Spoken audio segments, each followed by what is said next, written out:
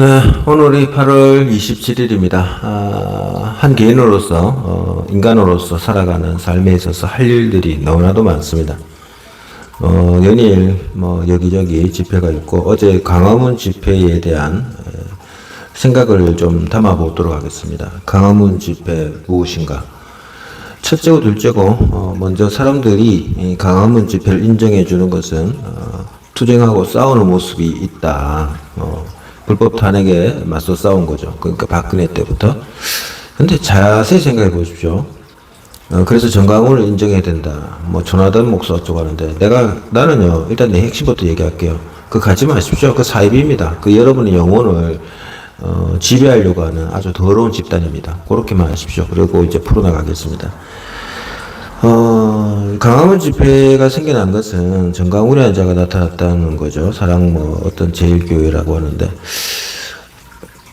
왜 그럴까요? 공산주의가 되면 일단 기독교가 박해를 받을 것이니까 종교가 사라진다 이런 개념으로 하고 있는데 우리나라가 공산주의가 될 것 같아요? 미국이 가만히 있을까요? 그런 나라가? 그렇다고 그들이 미국의 어떤 영향을 불러일으키고 있는 것도 아니고요. 대한민국 사람들을 자기들의 집단화, 자기들의 조직화, 자기들의 하수인 그렇게 만들고 있지 않습니까? 그 신개식이라는 그 쓰레기 관상을 보고도 모릅니까? 하는 행동을 보고도 모릅니까? 자, 첫째고 둘째고 대한민국에서는 자유시민, 민주주의 사상을 가진 사람이 없다. 나는 없다고 봅니다. 나도 아니라고 생각합니다. 진짜로. 왜? 자유민주주의 시민 사상이라는 것은 우리 인류가 걸어온 길에 대한 모든 요소들을 다 담을 수 있어야 되는 겁니다. 다 담게 되어 있습니다. 다 담아져 있는 것이 그 사상이거든요. 나도 그 사상의 완전한 존재가 아니라는 거예요. 어떤 다른 견해에 자기 영역에서 인생을 살고 느낀 것들이 있는 사람은 그 사람은 또 그 사람의 사상이 있겠죠. 그러면 나는 그걸 또 듣고 보고 느끼고 그러면서 나의 인생 정신에 새겨들여야 될 부분이 있는 거죠. 자유민주주의 사상 그런 겁니다. 그리고 민주주의라는 게 뭡니까? 맨날 요즘 이제 이재명 요놈 새끼들이 주권 거리는데 그래요. 주권은 국민에게 있는 거죠. 근데 국민들이 뭘 하고 있습니까? 경찰이 겁주면은 진짜 잡혀갈까봐 겁내고. 옛날 우리 박정희 시대 독재 시대라는데 아니 나라의 정부에 대해서 독재라고 외치고 욕하면은 잡아 들어간 적도 있긴 하죠. 근데 왜 욕을 합니까? 당신이 그 욕을 한 것이 당신의 생각입니까? 아니면 좌파 새끼들, 간첩 새끼들이 선동하는 것들 속아서 그렇게 하는 겁니까? 지금 우리 사회는요, 대한민국은요, 북한에 대한 욕을 안 합니다. 북한은 멋대로 굴죠. 저 많은 사람들이 인권이 있습니까? 북한 사회가? 북한이 국가입니까? 괴뢰정부죠. 그런데도 불구하고 결국 어쩔 수 없이 북한하고 완전히 연을 끊어버리고 대한민국 체제로서 지금은 움직이게 됩니다. 이승만 대통령은 이제 북한을 이제 우리의 영토로 속하고 그렇게 헌법을 정하고 그죠? 그렇게 했습니다만 결국 이루지 못했지 않습니까? 지금 87 헌법이라는 것이 민주화 운동 그런데 생각을 해보면요, 우리가 국민의 주권인데 전두환은 독재다. 일부분은 맞고요. 일부분은 맞고 아주 대다수가 틀린 부분이 많습니다. 그거는 북한의 위협이라는 것이 우리 국민들의 주권을 행사할 수 함에 있어서 조금의 제약은 있는 거죠. 그리고 정치 세력적인 요소 아닙니까? 정치 세력적, 정치 진영의 권력 야욕의 자들을 우리가 어떻게 바라봐야 되느냐. 이게 더 중요하죠. 우리가 국민의 입장에서 태어나고 살아가고 부모 영향을 받고 하는데 부모님이 잘 살다가 가난해질 수도 있고요. 내가 잘 나가다가 가난해질 수도 있고 침체기가 올 수가 있습니다. 자, 그런 침체기조차 사회적 영향 없이는 있을 수 없는 겁니다. 개인의 감정, 개인의 판단, 선택도 한 몫을 합니다만은 사회 전체적인 분위기가 올바로 가야만이 한 개인의 삶도 중요하고요. 제일 중요한 거는 방임적으로 내버려 둘 게 아니라 국가가 국민의 삶에 영향을 보고 의식주의 해결을 위한 노력을 해야 된다는 겁니다. 주택은 공공재입니다. 그죠?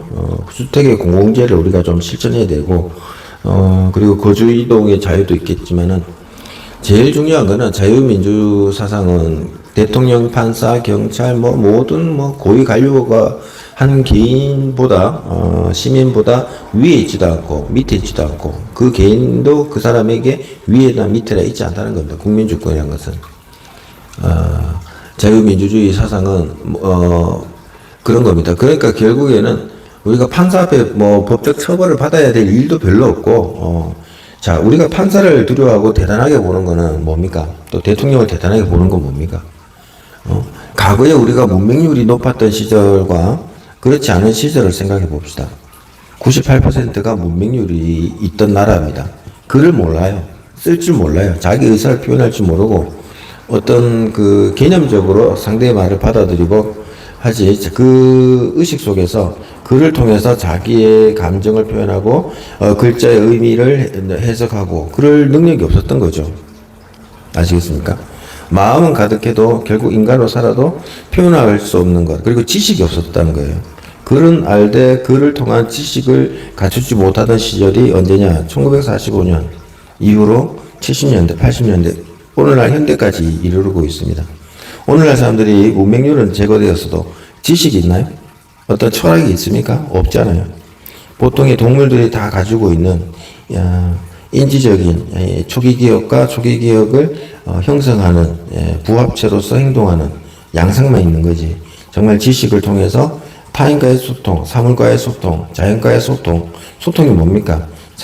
내가 뭐 말을 할 적에도 단순히 내 말 던지는 게 아니라 상대에게 전달되는 면을 느끼는 것이고 또 상대의 말이 나한테 다가오면 그 상대의 말이라는 그 내용이라는 것을 좀 더 깊이 들여다보면서 상대의 감정 속으로 들어갈 수 있는 그런 것이 소통 능력 아닙니까? 소통 능력 없이 지식만 많다고 해서 소용이 있는 게 아니죠. 그래서 상대의 지식과 나의 지식이 서로 소통되는 시대, 의사가 소통되는 시대로 가야 되죠. 자유민주 시민사상이라는 것은 그런 소통되는 사회의 역할을 할 수 있을 정도로 그 사상이 결국 상대와 나와의 소통이 되는 그런 역할 기능까지 갖춘 것을 말합니다. 그런데 지금 우리 사회가 그렇진 않다는 거죠. 미성숙하다는 거죠, 아직까지. 그리고 강화문 집회의 의의는 그만큼 애국 시민들, 나라, 이재명한테 반대하는 세력들이 많다는 것을 보여주었고, 그러나 강화문 집회는 앞으로 사라져도 좋다는 거예요. 강화문 집회 정강훈파가 없어지면 그 자리에 다른 사람 집회 신고해도 되고요. 굳이 강화문이라는 그 촛불 그 시민들이 만들어 놓은 거 필요 없습니다. 이제 촛불 집회 촛불 연대인지 걔들이 강화문 점령을 해본들 거기에 누가 가겠습니까? 갈 사람 없어요. 그러니까 그런 허울적인 것들에 프레임에 갇혀서 우발하는 사람들이 정신머리 없이 살지 마십시오. 언제든지 우리는 장소를 이동해서 그만한 규모의 사람들이 구치소에도 갈 수가 있고, 지금 대통령 이재명에 들어가 있는 관제에도 집회할 수 있고, 그런 유동성 있고, 자유로운 탄력적인 모습을 보여야지. 꼭 강화문에만 나가야만 됩니까? 강화문 하는 짓거리가 뭡니까? 과거 촛불 집회 때 강화문에서 그 많은 인원수만큼 맨날 보여주려고요? 그 맨날 낮에만요? 그리고 하나님 아버지 하는 그 똑같은 레파토리요? 돈 거두는 거요? 그게 무슨 집회입니까? 종교 장사지.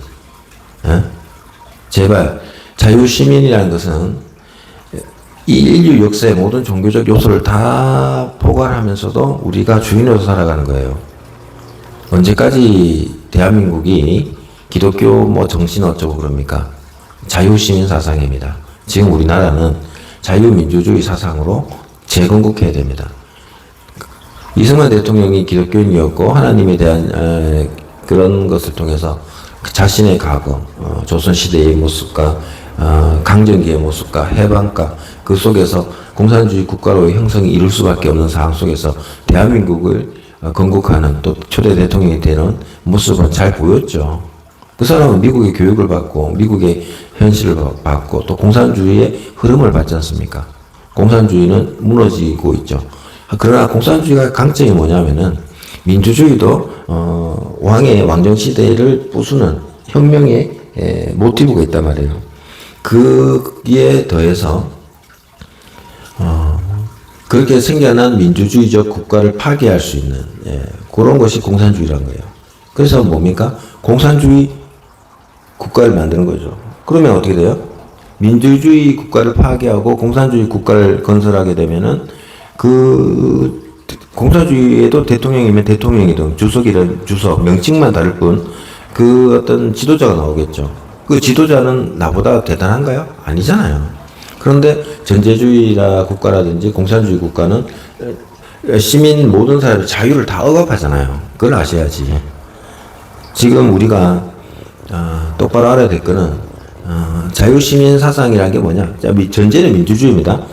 그러나 공산주의 국가도 민주주의라는 이름 명칭을 쓰고 있지 않습니까? 그러니까 자유시민 사상이라는 것이 바로 그겁니다. 민주주의를 넣지 않더라도 그런 거죠. 그 공화국이 뭡니까? 함께 다스려 간다는 거잖아요. 너와 내가 함께 화합해서 나라를 다스려 간다. 공화국이잖아요. 왕국이 아니잖아요. 공화국이라는 것은 결국 너와 내가, 우리나라는 지금 공화국이잖아요. 너와 내가 함께 만들어가는 거지 않습니까? 근데 여기에 돈이 많으니까 나는 발언권이 있고 너는 빚더미에 빠져 있으니까 말할 자격이 없어. 그렇게 할 수는 없는 거지 않습니까? 우리가 삶에 있어서 신명나게 즐겁게 살아가는 이유는 살만하기 때문에 그렇습니다. 살만하지 않으면 살아갈 수가 없죠. 그리고 남녀가 결혼하고 한 가정을 이룬다는 건 공동체를 만들어가는 거 아닙니까? 역할 분담이죠. 집안일이든 외부일이든 일과 가정, 가사라는 것은 언제나 우리 인간에게 놓여지는 일 아닙니까? 그런 의식주의 문제들, 그리고 모든 국민들이 살아가는 데 있어서 자유민주 시민사상이라는 것은 결국 국가와 국가 간의 대립도 없는 그런 경제발전, 의식주의 행복을 전파시켜 나가는 거죠. 기독교만 전 세계로 나갑니까? 이슬람만 전 세계로 나갑니까? 각자 자기 종교를 전 세계에 퍼뜨리고 있잖아요. 그러려고 하고 있잖아요. 자유시민 사상은 뭡니까? 한 국가 내에서 그 국가가 가장 아름다운 다른 국가와 경쟁하는 거예요. 아주 치열한 출혈 경쟁이 아니라 아름다운 경쟁을 하는 거죠. 자기네의 법과 질서와 사상과 예술과 산업을 키워나가면서 더없이 행복한 사회를 만들어가는 거죠. 그런 사회를 만들면 어떻게 되겠습니까? 배우겠죠. 당연히 배웁니다. 다른 나라가 와서 배웁니다. 우리나라의 새마을운동을 그렇게 아프리카 등 후진국들이 배웠지 않습니까? 박정희 대통령의 그 새마을운동의 핵심은 뭡니까? 일단 돈을 좀 만들어라. 자금도 만들고 어쩌거나 하면서 뭡니까? 이제 공업화적인 거죠. 지붕 교체부터 시작했지 않습니까? 초가집부터. 그 슬레이트 지붕으로 바꾸고. 사람의 의식주의 환경을 개선시켜 나간 거 아닙니까? 그래서 생산성이 높게 만들어간 거 아닙니까? 그럼 그런 사업을 하면서 사람들이 모이게 되고 함께 일하는 모습을 갖게 되는 거 아닙니까? 그런 새마을운동 가능했던 것은 결국에는 이제 월남파병 등등이죠. 일본의 국교 과거 우리나라 그거 건드린 거에 대한 보상금도 좀 받고. 어떻게 보면 사실 일본은 강점을 했습니다만 강점해서 자기 나라의 그 자본, 철도 깔고 돈을 많이 들였죠. 어떻게 보면 많이 개선시켜 준 거죠. 그리고 우리나라의 그 당시 모습은 조선이라는 거는 일본 아니라 미국, 러시아, 중국 아니라 프랑스 전 세계 힘 있는 나라가 누가 먹어도 먹을 수 있는 무방비 상태입니다. 군대도 없어요. 무기 체계는 지금 완전 달라져 갖고 100만 명, 1000만 명이 다 달라붙어도 다 죽습니다. 그 당시에. 그 당시 무기 앞에 뭘 할 수 있겠어요. 조선이 그런 나라입니다. 조선을 사랑할 겁니까? 시대사의 문화, 과학 발전, 군사 무기의 발전, 변천에 발맞추지 못했는데 그게 어떻게 나라입니까? 나라를 망친 거죠. 조선 건국은 사실 그 시대 때부터 서구 사회의 실제 역사를 보십시오. 얼마나 변해가고 있습니까? 대항해 시대 등등. 근데 오히려 고려가 요동정벌이라는 것은 결국에는 고려가 원나라가 이제 무너졌는데 원나라의 문화를 모르면 안 됩니다. 원나라 대표가 되는 게 뭡니까? 마르코 폴로입니다. 동방견문로, 그죠? 그만큼 유럽이 원나라의 문화와 환경을 배워나가고, 그만큼 원나라는 전 세계를 벌벌 떨게 만들었지 않습니까? 근데 무너졌죠. 무너졌다는 것은 결국 그 동서양의 교류가 있었던 것이고, 고려가, 몽골 침략부터 원나라 지배부터 해서 요동정벌이라는 게 뭡니까? 결국 동서양의 연결성을 확보하는 건데 지금 역사학자들이 뭐라고 말하고 있습니까? 아니 명나라와 어떻게 싸울 것이냐 이딴 소리 하잖아요. 문화적 관점으로 보지 않습니다. 굉장히 이상한 성격으로 우리 국민들의 모든 눈과 또 생각할 수 있는 영역을 가리고 있다는 거죠. 그래서 요동정벌을 했다면은 동서양 교류에 있어서 명나라와 그 후에 어떻게 됐고 자시고가 중요한 게 아닙니다. 명나라가 아무리 통일되고 강성하더라도 우리 대한민국을 그 당시 고려를 침범할 수는 없어요. 침범할 여력도 안 되고요. 그런 걸 아셔야죠. 완전 거짓말쟁이들 아닙니까? 응? 명나라 건국 초기에 무슨 힘이 있다고 막강했다고 합니다. 지랄 연병을 뜨십시오. 중국이 아무리 크고 그러다 그 많은 인원이 그 당시에 차도 없는 시절에 대군을 움직일 수 있을 거라고 봅니까? 천만에 만만의 콩떡이죠. 근데 요동 정벌은 뭡니까? 고려의 입장에서는 거의 조선의 역사고요, 그죠? 조선의 영토를 갖고 있었던 거고, 그걸 실질적 국경선까지 지배는 안 했지만 우리가 역사적으로 배우는 바에서는 그러나 숨겨져 있는 이야기가 있고 실제 요동을 점령했다라면 동서양의 역사를 연결해서 대한민국이 그 당시 고려지만 고려로서 큰 성장을 했겠죠. 근데 그걸 가로막은 게 뭡니까? 그게 바로 조선 건국이라는 거죠. 말은 역성혁명입니다. 이름을 바꾸는 거.